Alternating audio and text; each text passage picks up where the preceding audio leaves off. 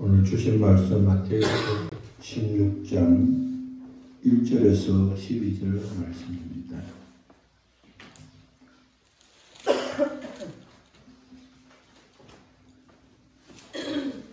마태복음 16장 1절에서 12절 말씀. 바리새인과 사두개인들이 와서 예수를 시험하여 하늘로부터 오는 표적 보여주기를 청하니 예수께서 대답하여 이르시되 너희가 저녁에 하늘이 붉으면 날이 좋겠다 하고 아침에 하늘이 붉고 흐리면 오늘은 날이 붓겠다 하나니 너희가 날씨는 분별할 줄 알면서 시대의 표적은 분별할 수 없느냐. 악하고 음란한 세대가 표적을 구하나 연하의 표적밖에는 보여줄 표적이 없느니라 하시고 그들을 떠나 가시니라. 제자들이 건너편으로 가실 떡가족들을 잊었더니 예수께서 이르시되 상과 바리새인과 사두개인들의 누룩을 주의하라 하시니 떡을 가져오지 아니하였도다 하거늘 예수께서 아시고 이르시되 믿음이 작은 자들아 곧 떡이 없으므로 서로 논의하느냐. 너희가 아직도 깨닫지 못하느냐. 떡5개로 저녁을 먹이고 죽은 것이 몇 바구니며 7개로 4,000명을 먹이고 죽은 것이 몇 강줄이인지를 기억하지 못하느냐. 어찌 내 말한 것이 떡의 가늠이 아닌 줄을 깨닫지 못하느냐. 우리 바리새인과 사두개인들의 누룩을 주의하라 하시니 그제서야 제자들이 떡의 누룩이 아니요 바리새인과 사두개인의 교훈을 상하라고 하시는 줄을 깨달았느니라. 아멘. 어느 시대에 가든지 지도자는 해맑은 통찰력을 가지고 있어야 합니다. 통찰력을 가지고 있어야 앞날을 내다볼 수 있고 내일을 준비할 수 있습니다. 가장 어리석은 사람은 오늘이 마지막인 줄 알고 사는 사람입니다. 세상은 마지막이 아닙니다. 언제나 연속이 되고 인생은 끝나지 않고 영원히 사는 존재입니다. 그래서 우리가 아무리 미운 사람이라도 안 보면 그만이지 하는 생각만큼 어리석은 자는 없습니다. 안 보면 그만인 것이 아니라 그 사람과 더불어 하나님께 계획한 일들도 많고 그 사람을 통해서 우리를 고치고 또 바꾸고 깨닫게 하셔서 하나님이 쓰시고자 하는 계획이 있음에도 불구하고 우리는 보기 좋은 것만, 먹기 좋은 것만, 지혜롭게 생각되는 것만 취하기 때문에 우리는 악한 사람이 되고 죄를 짓고 실수하게 되는 것입니다. 예수님 당시에 사두개인과 바리새인은 지도자였습니다. 종교적으로 보수적인 신앙, 전통적인 신앙을 가진 자의 대표라고 한다면 바로 바리새인들입니다. 바리새인들은 하나님 말씀을 알기만 할 뿐만 아니라 말씀대로 살려고 최선을 다했던 사람입니다. 아주 작은 것이라도 하나님 앞에 온전한 11조를 드리고자 했고 또 힘들고 어려워도 말씀대로 지키려고 최선을 다했던 사람입니다. 그렇기 때문에 우리가 바리새인들을 볼 때 바리새인은 모든 삶이 다 나쁜 것처럼 생각하면은 바리새인에 대해서 잘 알지 못해서 그렇습니다. 바리새인들은 말씀대로 살고 말씀대로 행했지만 그들의 문제는 그들이 겉으로 드러난 것만큼 속으로는 바뀌지 않았다는 겁니다. 속이 깨끗하고 난 다음에 겉이 깨끗해야 되는데 속은 그대로 두고 겉만 깨끗했기 때문에 주님은 바리새인들에게 먼저 속을 깨끗이 하면 겉도 깨끗하게 된다고 말씀해 주었습니다. 사두개인들은 정치적으로 위대한 힘을 가진 자입니다. 그들은 공예 회원들이었고 그들은 정치력이 있었습니다. 바리새인들이 사두개인을 볼 때는 정치적 관심만 갖고 신앙에 관심을 갖지 않는 것에 대해서 못마땅했고, 사두개인은 바리새인들을 보고 하나님을 믿는 열심만 있고 세상을 보는 시각과 안목은 부족한 생각으로 그들은 서로 공통점을 발견하기 어려웠습니다. 그럼에도 불구하고 그들은 한마음이 되어서 주님 앞에 나와서 주님 앞에 이 시대에 하늘로 내려오는 표적을 보여달라고 말을 하고 있습니다. 하나님의 말씀을 가장 가까이에서 읽고 듣고 배우고 가르치는 사람들, 바리새인들, 그리고 하나님 말씀대로 살기 위해서 어떻게 정치해야 되는지를 알고 정치를 배우고 가르치고 행했던 지도자들이 영적 시력이 어두워서 주님 앞에 나왔지만 주님이 주님이신 것을 알 수 있도록 우리 예수님이 메시아시라면 메시아로 믿을 수 있는 표적을 보여달라고 강구를 했습니다. 당시에 무식하고 병들고 가난하고 천박해서 도저히 하나님의 말씀을 알고나 있는지 또 믿고나 있는지 의심이 될 만한 사람들은 주님 앞에 나와서 말씀을 듣고 깨닫고 병 고치고 회복되고 기적을 체험하는 일들이 놀랍도록 많았지만, 정작 하나님의 말씀을 알고 가르치고 전해야 될 사람들은 우리 영적 맹인이 되었고 부지함에 빠졌음을 알 수가 있습니다.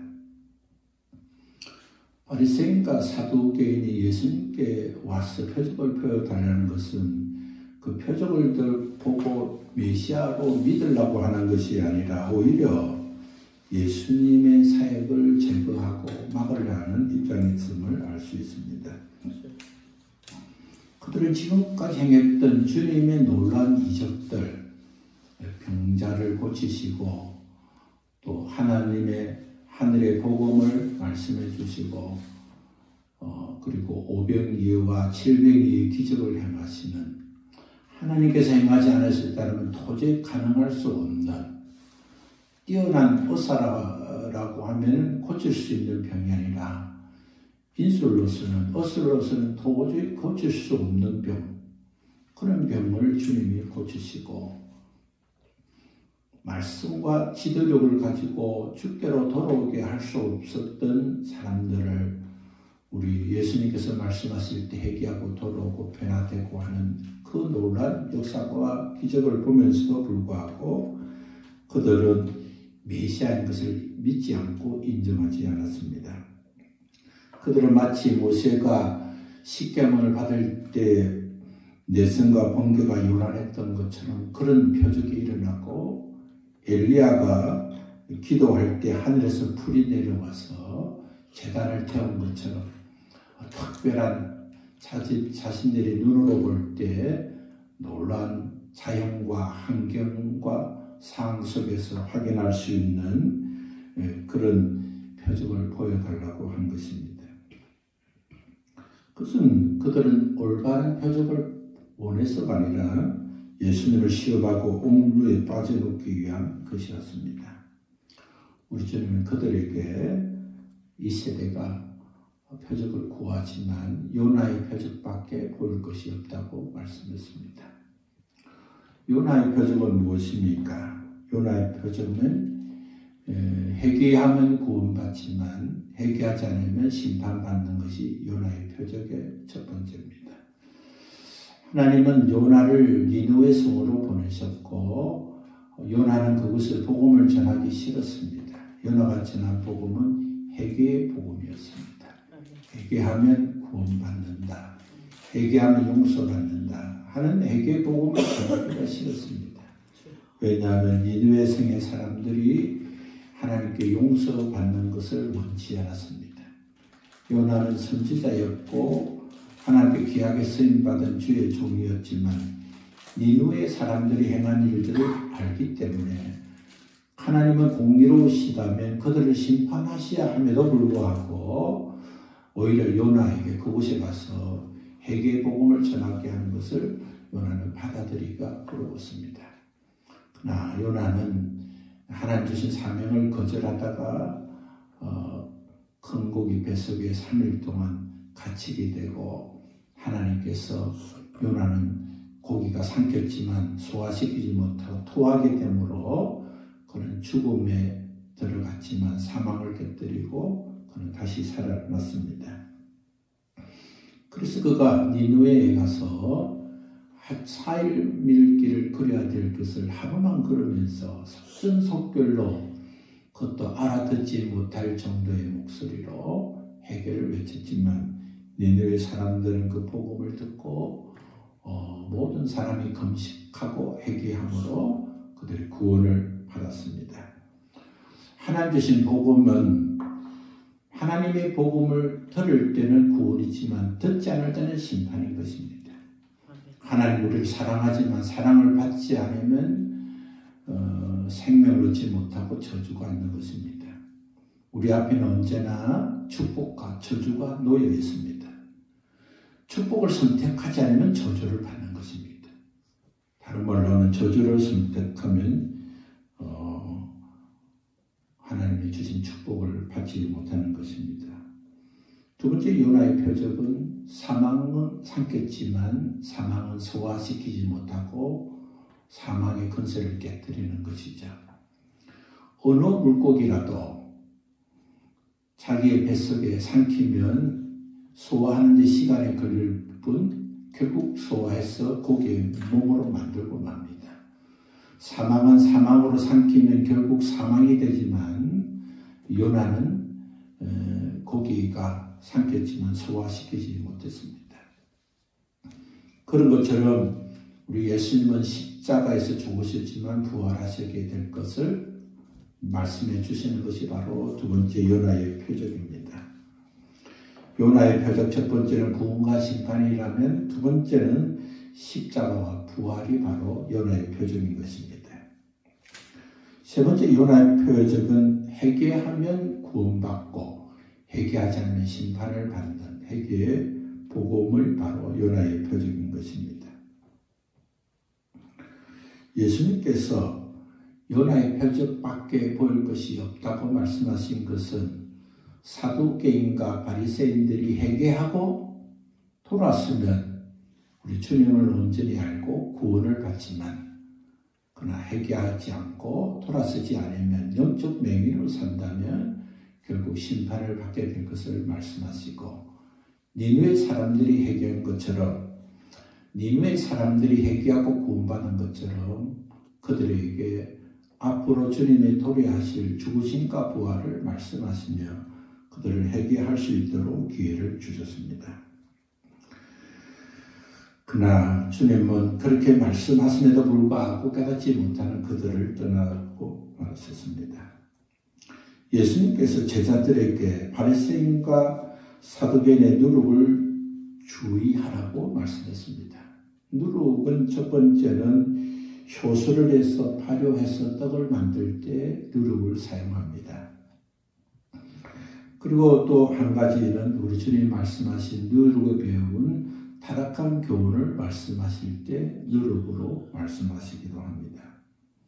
오늘 예수님은 제자들에게 바리새인들의 교훈, 사두개인들의 교훈을 조심해야 될 것을 말씀했습니다. 누룩의 특징은 점점 퍼지는 것입니다.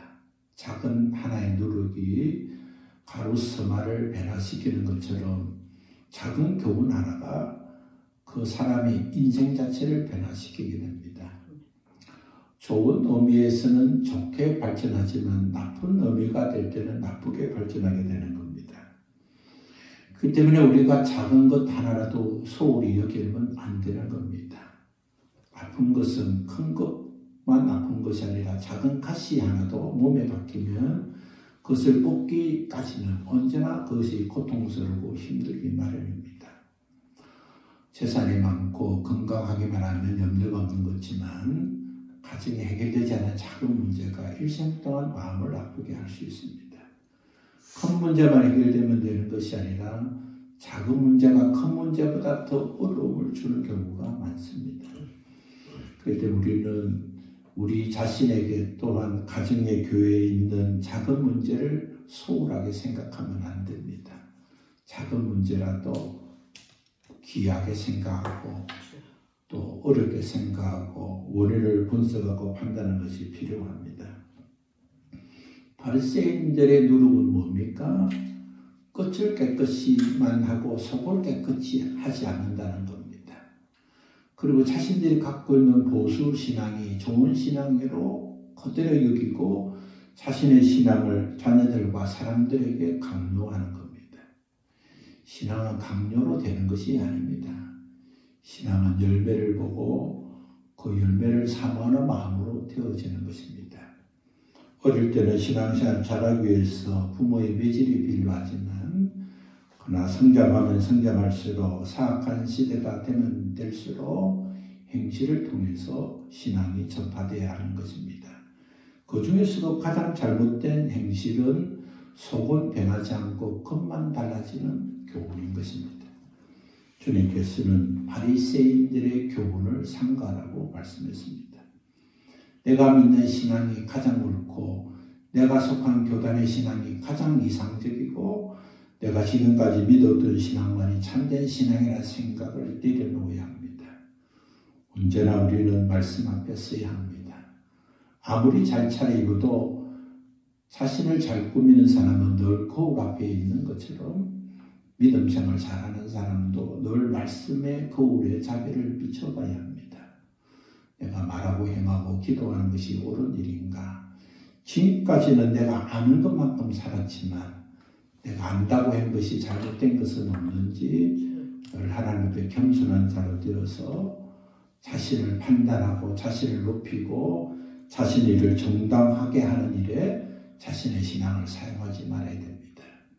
하나님의 말씀을 알고 신앙을 가진 이유는 회개하기 위함이고 믿음으로 살기 위함이지 자기를 정당하게 만드는 지표로 준 것이 아닌 것입니다.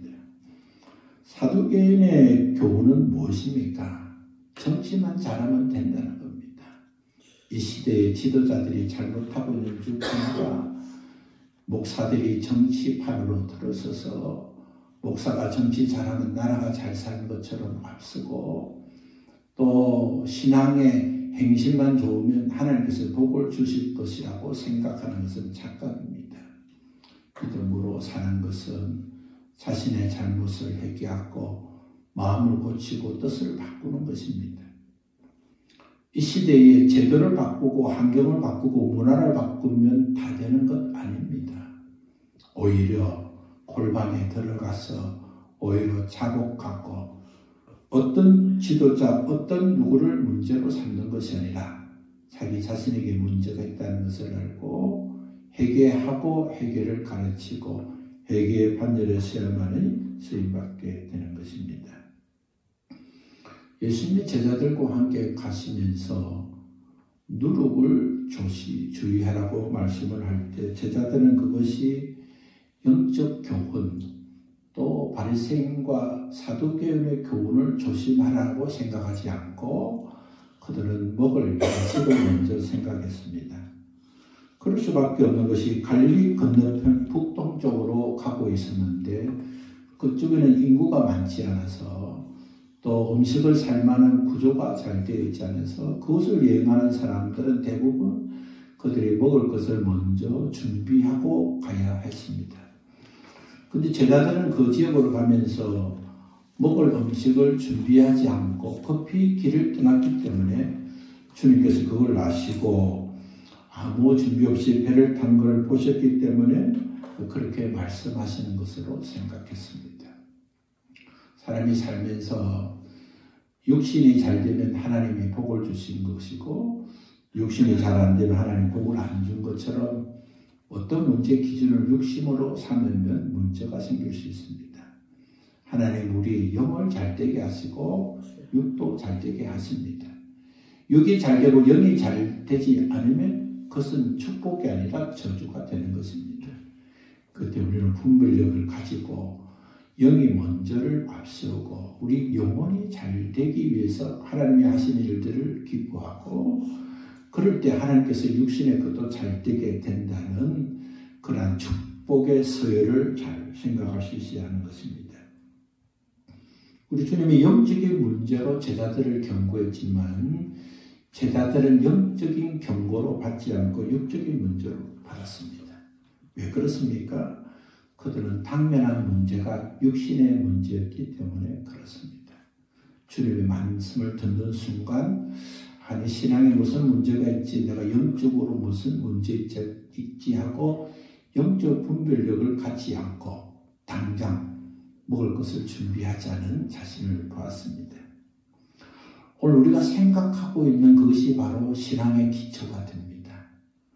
오늘 내가 무엇을 생각하고 있냐에 따라서 사건의 해석의 기초가 됩니다.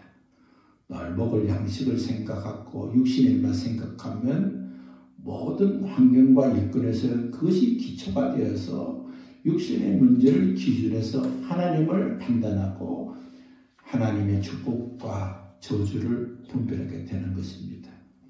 그럴 때 우리는 영적인 문제에 우선이 되어야 하는 것입니다. 하나님 우리를 영적인 사람으로 만드시기를 원하시고 영적으로 건강한 사람 되기를 원하시고 영적인 사람에 대해서 영의 양식을 많은 사람이 나눠주기를 원하는 것입니다. 세상의 사람들은 부유하면 육신적인 것만 줄 수 있지만 하나님의 사람이 부유하면 육신의 것을 줄 때도 영적인 것을 공급하고 영적인 것을 공급하면서도 육적인 것을 줄 수 있는 하나님의 본연의 뜻을 알 수가 있는 것입니다. 주님은 제자들에게 500예의 기적과 700예의 기적을 말씀해 주었습니다. 그때 너는 어디에 있었는가? 500예의 기적 때도 제자들은 주님과 함께 있었고 주님이 나눠주는 식탁을 가장 먼저 받고 그 사람들에게 나눠줬던 사람입니다. 그들은 나눠줄 뿐만 아니라 남음을 보게 되었고 700여 이방인의 땅에서도 행한 일들을 왜 기억하지 못하는 자고 했습니다.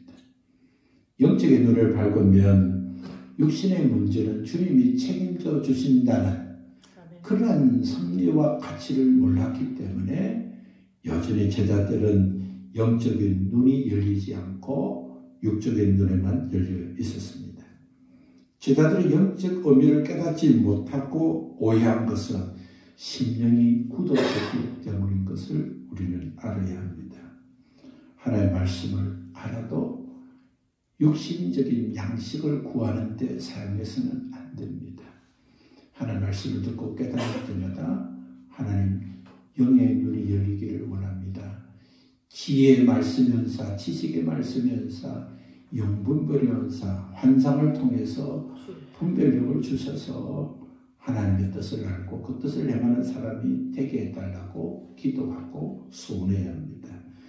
손에 가진 것을 늘리기를 위해서 기도하는 것이 아니라 영적인 눈이 열리고 평소에 생각하는 것이 육적인 생각보다 영적인 생각을 할 수 있기를 우리는 하나님께 기도해야 하는 것입니다. 예수님의 책망을 듣자 제자들은 영적 지각력을 갖게 되었습니다. 하나님은 우리에게 여러 가지 방식으로 우리에게 책망하실 때가 있습니다. 그럴 때마다 우리는 눈이 열려야 됩니다.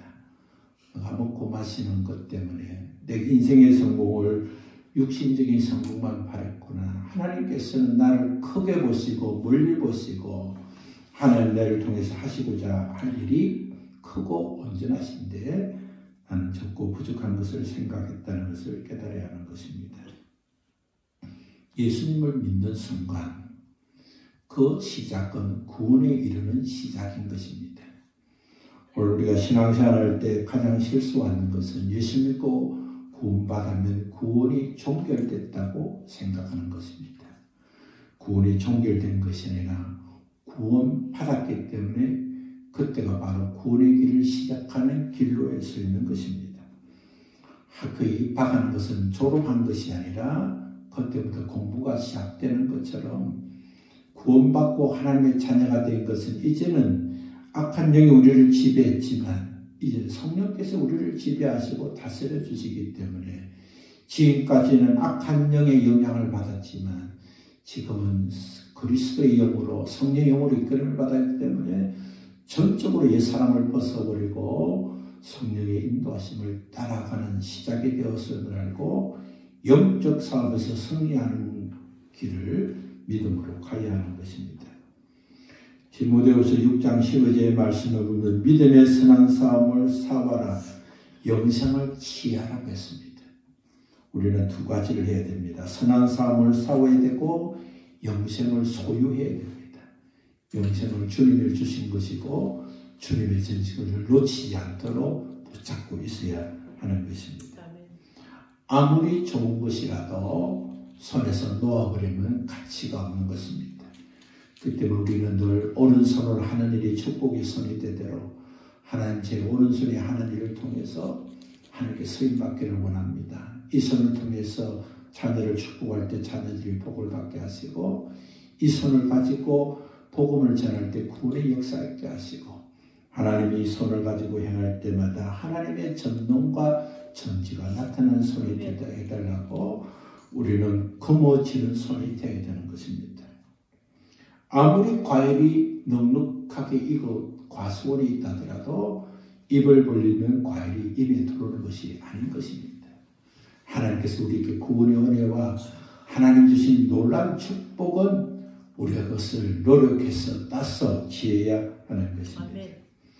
히브리서 6장 4절에 10절 말씀을 보면 한번 빛을 받고 하늘의 은사를 맛보고 성령의 참여한 바가 되고 하나님의 선한 말씀과 내세 능력을 맛보고도 타락한 자들이 있음을 말씀하고 있습니다. 하나님의 은혜를 받아서 능력의 사람, 축복의 사람, 권세의 사람, 영적인 체험을 한 사람도 관리하지 못하면 타락할 수 있습니다. 악한 사탄은 우리를 늘 공격하고 하나님의 은혜와 사랑 안에 살지 못하도록 유혹합니다. 경기를 해도 아예 상대가 되지 않는 선수에게는 관심 갖지 않아요. 그 사람이 상대가 열심히 운동하든지 말든지 공부를 많이 하지 말든지 결국은 질 상대에게 관심이 없습니다. 그러나 경쟁력을 가지고 끝까지 투쟁하고 준비하는 상대에는 어리든 젊든 관심을 가질 수밖에 없습니다. 예수 믿고 제대로 믿지 않고 마음대로 살면 악한 마귀도 신경 쓰지 않습니다. 그렇게 살다가 그렇게 저주받고 그렇게 지옥 가고 그렇게 심판받기 때문에 내버려 둡니다. 조금만 시험만 줘도 넘어지기 때문에 신경 쓰지 않습니다. 그러나 믿음으로 살려고 하면 하나님의 권세와 능력을 누리고 이대로 살지 않고 하나님 축복을 받고 살고 영적 권능자가 되고 권세가 되어서 많은 자들을 주께로 인도하고 힘들고 어려운 자를 도울 뿐만 아니라 우리 주님이 하나님이신 것을 증거하고 자녀와 우선이 복을 받고 그렇게 살겠다고 다짐하면 악한 마귀는 우는 사자같이 덤벼들고 하나님 주신 축복을 누리지 못하게 한다는 사실을 잊지 말아야 합니다.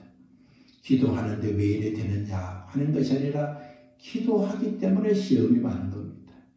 기도하기 때문에 시험하면 당연한 걸로 받고 믿음으로 살려고 어려움 생기면 당연한 것으로 받고 악한 마귀가 믿음 생활하지 못하도록 하나님 주신 축복을 가지지 못하도록 지금까지 억울하고 힘들게 사는 그대로 살려고 신분을 상승하지 못하도록 하는 악한 마귀의 계략에 살고 그럴수록 허리를 동여매고 또 철저하고 낮아지는 마음으로 기도하고 선한 싸움에서 이겨야 하는 것입니다. 우리는 항상 두렵고 떨리는 마음으로 구원을 이루어야 하는 것입니다. 베드로후서 2장 19절의 말씀대로 누구든지 진 자는 이긴 자의 종이 되는 것입니다. 그렇기 때문에 우리는 늘 하나님 앞에 진 자가 살아야 됩니다. 하나님 말씀 앞에 우리는 진 자가 되어서 하나님의 종이 되어야 하는 것입니다. 하나님 내 뜻대로 살지 않겠습니다. 내 경험대로 살지 않겠습니다. 내 수단과 내 능력으로 살지 않겠습니다. 하나님을 아는 것처럼 살지 않고 알면서 살겠습니다. 누리면서 살겠습니다. 그렇게 사는 것을 회개합니다 하고 하나님의 진자가 되어야 되는 겁니다. 그러면 하나님의 우리가 왜 회개해야 됩니까? 그것은 하나님의 진자로 사는 자가 바로 하나님의 종이 되고 하나님의 축복을 받게 되는 것입니다. 사단에게 지면 사단의 종을 됩니다. 죄를 짓고 사단과 싸워 패배하면 사단 앞에 속한 자가 되고 사단이 원하는 대로 종이 되어서 살 수밖에 없는 것입니다. 그 때문에 우리가 늘 회개해야 하는 것입니다. 하나님, 제가 잘못했습니다. 제가 하나님 앞에 진자가 되겠습니다. 제가 하나님의 이인자로 살려고 했던 것을 용서해 주세요. 그럴 때 악한 마귀는 우리를 떠나게 되고 우리는 하나님의 종이 되고 하나님의 선하심과 기쁨을 누리게 되는 것입니다. 에베소서 2장 2절의 말씀을 보면 에베소 교인들의 너희는 그 가운데 행하여 이 세상 풍조를 따르고 공중 권세 잡은 자를 따랐으니 곧 지금 불순종 아들에게 역사하는 영이라고 했습니다. 하나님 모르고 불순종하는 아들들에게는 공중 권세 잡은 악한 영들이 역사하고 있는 것입니다. 공중 권세 잡은 악한 영들은 예수 믿지 않는 자에게만 역사하는 것이 아니라 예수 믿어도 하나님에 굴복하지 않고 회개하지 않고 자기 뜻대로 자기 생각대로 살면 반드시 우리를 공격해서 넘어뜨리게 한다는 사실을 알아야 하는 것입니다. 에베소서 6장 12절 말씀처럼 우리의 싸움은 혈과 육을 상대하는 것이 아니요 통치자들과 권세들과 이 어둠의 세상 주관자들과 하늘에 있는 악한 영들을 상대한다고 말씀하고 있습니다. 이 땅에 살면서 가장 우리에게 필요한 것은 영적 안목을 넓히는 것입니다. 분별력을 키우는 것입니다. 자신의 외식적 신앙을 버리고 종교적, 정치적 어떤 활동이 무엇을 문제를 해결하는 것이 아니라 오늘 내 자신의 문제, 가정의 문제, 내가 하나님 앞에 도움을 받고자 하는 모든 문제는 하나님 손에 있고 그 하나님 손에 있는 것을 내가 받지 못한 것은 내가 영의 눈이 어두워서 해결하지 못하고 깨닫지 못하는 것임을 깨닫고 믿음으로 점점 나아갈 수 있어야 하는 것입니다. 오늘 우리의 삶에서 가장 발견되어야 될 것은 영적 시각을 넓히고 분별력을 키우는 것입니다. 회개하는 만큼 눈이 밝아집니다. 회개하는 것만큼 주님의 뜻을 알 수 있습니다. 오늘 현실에 일어나는 어떤 문제도 다 귀신이 준 거라고 판단하지 말고 또 그렇다고 어떤 문제도 다 우연에 된 것이라고도 생각하지 말고 영적 분별을 가지고 악한 세력이 행하는 것인지 하나님께서 주신 것인지를 잘 분별해서 깨달은 것만큼 변화되는 것만큼 갈 수 있다는 사실을 알고 오늘도 우리의 생각의 기초를 반듯하게 해서 먹고 마시는 문제가 삶의 기초가 아니라 우리 영혼이 잘 되는 것이 삶의 기초로 삼아서 하나님 말씀하실 때마다 깨닫고 이 세대 속에 하나님 주신 표적을 누리면서 가난한 자에게 주시는 표적, 병든 자에게 주시는 표적, 그런 표적은 다 주님 무릎 앞에 그들의 삶을 내려놓고 주님 말씀하시옵소서. 주님만이 나의 병을 고칠 수 있고 주님만이 나의 문제를 해결해 줄 수 있다는 믿음으로 나아간 자에게 주님은 시대와 세대 속에 표적을 보여주시고 회개하는 자에게 구원을 주신 그 연하의 표적을 오늘도 우리가 누리고 증거해서 나를 바꾸고 가정을 바꾸고 우리 가문을 바꾸는 귀한 축복의 사람 되시기를 우리 주님 예수님 이름으로 축복합니다.